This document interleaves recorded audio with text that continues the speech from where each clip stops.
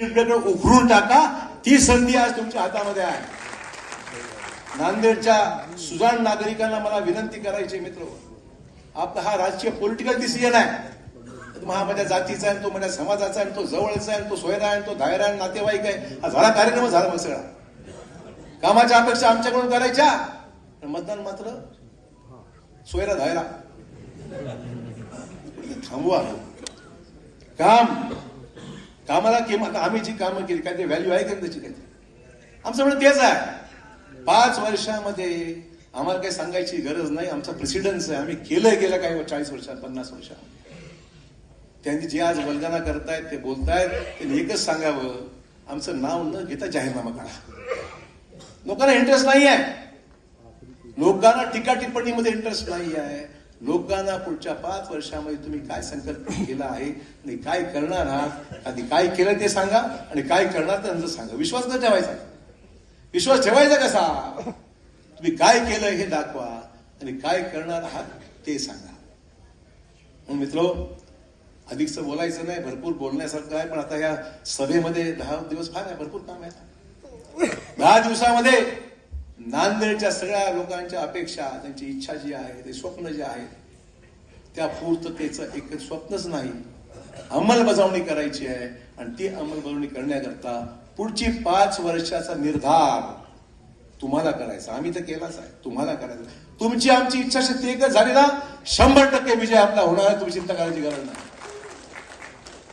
आणि त्यामुळे या सगळ्या गोष्टी लक्षात ठेवा. मतदान केंद्रावर जाताना दुसरीकडे बघू नका. फक्त आपलं बटन म्हणजे कमळ. कमळाकडे बघा, दुसरीकडे असं बघूच नका. अनेक लोक बघत पण नाही. असं जातात बाहेर, काय पडलं माहितीच नसतं कुठे गेले. मला तशी गडबड न करता कमळावर बटन दाबा. आणि आमचे प्रभागातले 4चे 4 उमेदवार सर्वत्र आहेत, बऱ्याच ठिकाणी आहेत. त्या ठिकाणी जिथे कमळाचं बटन आहे, कमळ आहे, त्या कमळावर बटन दाबा आणि भाजपची सत्ता या महानगरपालिकेमध्ये बहुमताने आपण आणा, अशी विनंती करतो. जय हिंद. नांदेडमध्ये आपल्याला रोजगाराची संधी उपलब्ध करून द्यावी लागेल. आपल्याला जागा उपलब्ध करून द्यावी लागेल. कारखानदार आणावे लागतील. हा आमचा पुढचा महत्वपूर्ण आपला हा निर्धार राहणार आहे, की ज्यामध्ये आपल्याला नांदेड एक विकसित केंद्र, विकसित शहर म्हणून आपल्याला आगामी काळात पाहायचं आहे. वंदे भारत सुरू झाली आपली. चाललंय आपण संभाजीनगरला 2.5 तासात पोहोचतोय. मुंबईपर्यंत जायला 10 तास लागत आहे. आमचा प्रयत्न वंदे भारत हैदराबादला सुद्धा गेली पाहिजे. 3-2.5 तास, आता 6 तासात जातात, 2.5 तासामध्ये वंदे भारत आपल्या हैदराबादला गेली पाहिजे. कनेक्टिव्हिटी वाढली पाहिजे. हायवे झाले, स्टेट हायवे झाले, नॅशनल हायवे झाले, शहरातले उत्तम रस्ते झाले. हे काय निर्माण केलंय? इन्फ्रास्ट्रक्चर, पायाभूत सुविधा ज्या शहरामध्ये आहेत, त्या शहराला त्याच्या अवतीभोवती जे काही सुरेख होतंय, घडतंय, इन्व्हेस्टमेंट येते आहे, प्रमुख कारण आहे air connectivity, road connectivity, rail connectivity. नांदेडला आज 3 गोष्टी आहे. एअर कनेक्टिव्हिटी आहे, रोड कनेक्टिव्हिटी आहे आणि एअर कनेक्टिव्हिटी आहे.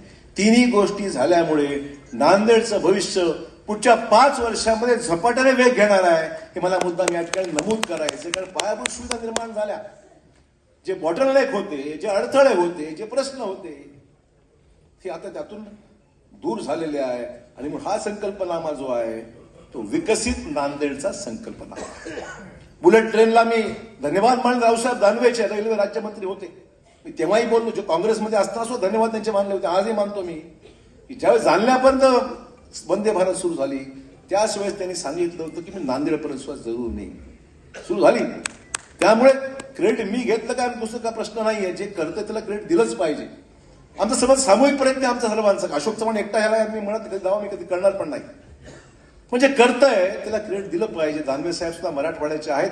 त्यांनी रेल्वे मंत्री, राज्यमंत्री असताना हे केलं, ह्याची आठवण मला आजही कायम आहे.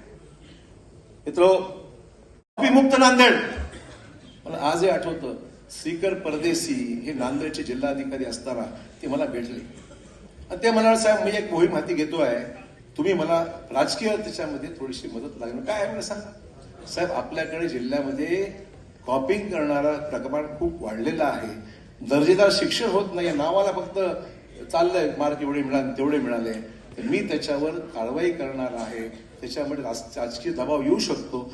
मी म्हणलं दबावाची चिंता करू नका, जोपर्यंत मी आहे तोपर्यंत काही त्याच्यामध्ये अडचण येणार नाही. सिकंदर परदेशी आजही त्यांचं नाव आम्ही घेतो, तेही घेतात की चांगल्या कामाला पूर्णपणे समर्थन सगळ्यांनी दिलं आणि कॉपी करणारे सेंटर्स त्या काळात बंद झाले, आता परत सुरू झाले. आता परत सुरू झाले. ते कोणाचे शोधून काढा. ते म्हणतात ना, देवीचा रोगी कळवा आणि 1000 रुपये मिळवा. कॉपी सेंटर कळवा. त्यामुळे या सगळ्या गोष्टी मित्र करण्यासाठी आर्थिक उपक्रमामध्ये महिलांचा सहभाग 70% असला पाहिजे.